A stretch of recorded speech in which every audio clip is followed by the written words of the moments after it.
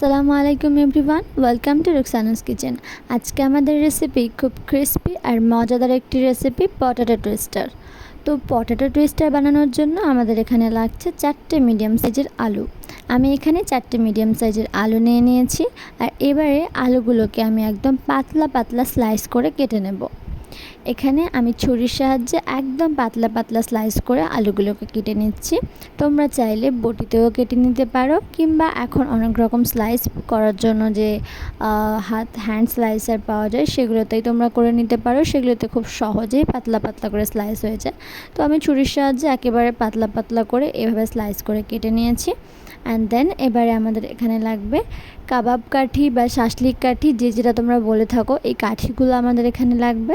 And then আলুগুলোকে একটু just role করে এই কাঠির মধ্যে আমরা দিয়ে দেবো। 4 থেকে 5টা করে আলু স্লাইস রোল করে আমরা এখানে দিয়ে দেবো। একটা বিষয় এখানে আমাদের অবশ্যই খেয়াল রাখা উচিত, সেটা হচ্ছে আলুগুলোকে আমাদের একই রকমভাবে পাতলা পাতলা করে স্লাইস করে নিতে হবে। কেননা আলুগুলো পাতলা পাতলা স্লাইস হওয়ার জন্য এটা খেতে একদম ক্রিস্পি আর মজাদার হবে। তো আলুগুলো যদি পাতলাই হয় তবে এটা ক্রিস্পি হবে, নয়তো একটু মোটা মোটা রয়ে গেলে আলুগুলো ক্রিস্পি হবে না, আর খেতেও অতটা ভালো লাগবে না। তো সবগুলো আলু আমি এরকম শাসলিক কাঠিতে নিয়ে নিয়েছি। এবার আমাদের এখানে একটা ব্যাটার তৈরি করে নিতে হবে। এই ব্যাটারটা তৈরি করার জন্য আমি এখানে নিয়ে নিচ্ছি সামান্য একটু ময়দা, আর দিয়ে দিচ্ছি 2 চামচ পরিমাণ কর্নফ্লোর। আপনাদের কাছে অর্থাৎ তোমাদের কাছে যদি কর্নফ্লোর না থাকে তাহলে তোমরা এখানে এটা স্কিপ করতে পারো। তারপর দিয়ে দিচ্ছি পরিমাণ মতো লবণ, আর দিয়ে দিচ্ছি 1 চামচ লঙ্কার গুঁড়ো। লঙ্কার গুঁড়োটা দিয়ে দেওয়ার পরে এটা নর্মাল একটা পানি দিয়ে ভালো একটা ব্যাটার তৈরি করে নেব। ব্যাটারটা তৈরি করা হয়ে গেলে শাসলিক কাঠিতে দেওয়া আলু স্লাইসগুলোকে আমরা এখানে ভালোভাবে ডিপ করে নেব।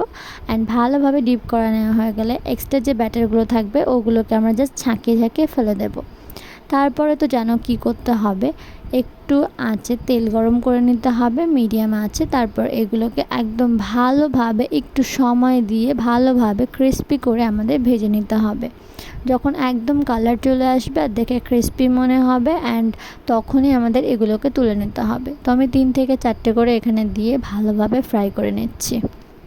অনেকে হয়তো স্প্রিং পটেটো খেয়ে থাকো, একেবারে সেই রকম টেস্ট নয়, এটা একটু আলাদা রকম। যেহেতু আমরা এখানে ব্রেড ক্রাম্বস দিইনি সেজন্য এটা একটু অন্য রকম খেতে। তো বলি, এটা এবার ভালোভাবে যখন ফ্রাই হয়ে যাবে একদম মুচমুচে লাগবে দেখতে, ঠিক সেই স্টেপে আমাদের এটাকে তুলে নিতে হবে। অ্যান্ড দেন তুলে নেওয়ার পরে দেখো, তোমরা জাস্ট আওয়াজটা শোনো। আর সব থেকে শেষে বলে থাকি, ভিডিওটা যদি ভালো লেগে থাকে তাহলে চ্যানেলটিকে সাবস্ক্রাইব করবে, আর পাশে থাকা বেল বাটনটিকে অবশ্যই বাজিয়ে দেবে। আসসালামু আলাইকুম, সবার জন্য দোয়া রইল। আর নেক্সট ভিডিও আসছে খুব তাড়াতাড়ি।